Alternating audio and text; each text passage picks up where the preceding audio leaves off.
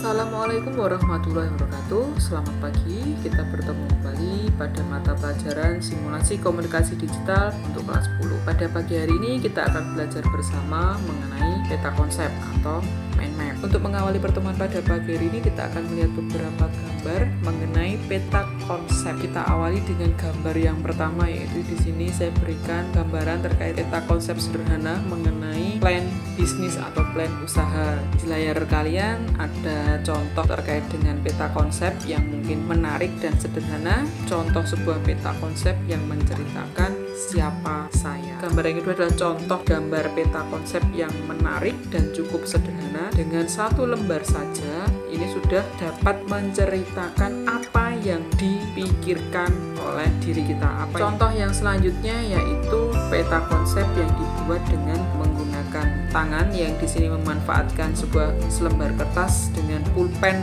warna-warni atau spidol warna-warni yang dibuat untuk menjadi lebih menarik. Bisa membantu kita untuk memahami sebuah konsep. Peta konsep merupakan cara untuk menggambarkan proses berpikir dengan memetakan ide atau gagasan secara kreatif dan efektif. Nah, tadi kalian sudah melihat beberapa contoh peta konsep. Sebuah konsep yang digunakan untuk membantu kita dalam belajar dibuat semenarik mungkin, sesimpel mungkin dengan satu lembar kertas. Fungsi dari peta konsep atau peta minda yang pertama, merangsang fungsi otak kanan dan kiri secara sinergis. Kemudian membantu untuk mengalirkan gagasan, dimana kalau saya punya cita-cita A, bagaimana saya mewujudkan cita-cita tersebut, kita harus membuat suatu aliran gambaran. Oh, saya harus belajar, oh saya harus melakukan persiapan seperti apa. Nah, kita gambarkan dalam sebuah rancangan atau rencana. Ini memudahkan kita dalam membuat rencana kerja, dimana kalau kamu punya tujuan tadi, apa tujuan utamamu, bagaimana cara mewujudkan tujuan utamamu, usaha apa yang kalian lakukan, nah kalian tuliskan dalam rencana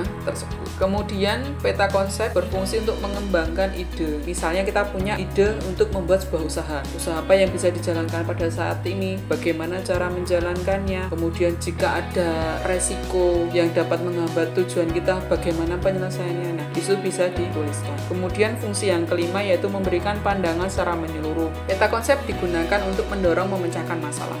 Mungkin dalam belajar kalian punya permasalahan yang susah sekali menerima pelajaran, susah sekali untuk mengingat pelajaran, atau susah sekali untuk mengulang materi. Nah, kalian bisa membuat mind map atau peta konsep yang memudahkan kalian dalam belajar. Misalnya kalian kesulitan dalam mata pelajaran komunikasi digital seperti ini. Nah, materi apa yang paling susah? Misalnya logika.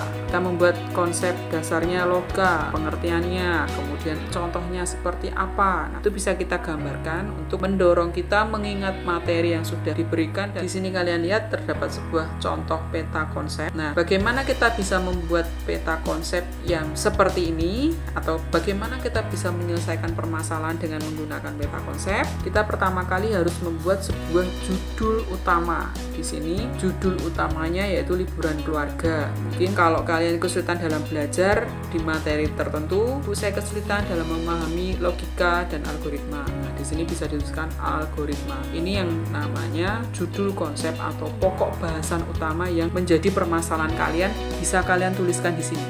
Kemudian kalian membuat cabang utama untuk memecahkan permasalahan yang ada. Di sini saya contohkan pokok utamanya yaitu liburan keluarga.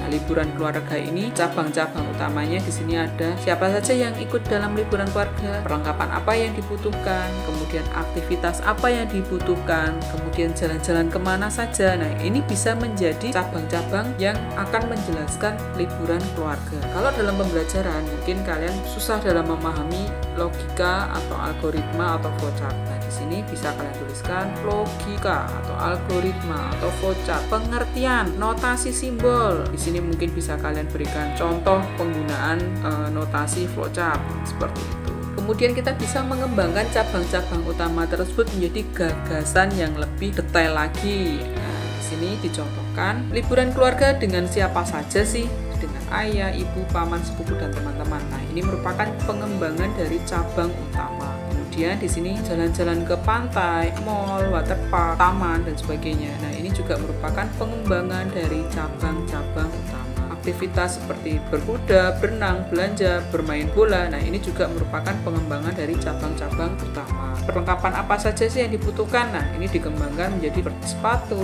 kaos, baju renang, sandal, topi, mungkin makanan, minuman. Nah, ini bisa kalian buat untuk membantu kalian dalam memecahkan sebuah masalah. Nah, demikianlah penjelasan saya mengenai peta konsep atau mind map. Mungkin jika kalian masih merasa kesulitan dalam memahami, kalian bisa mengajukan pertanyaan melalui WhatsApp group atau di kolom komentar Google Classroom. Terima kasih atas perhatiannya.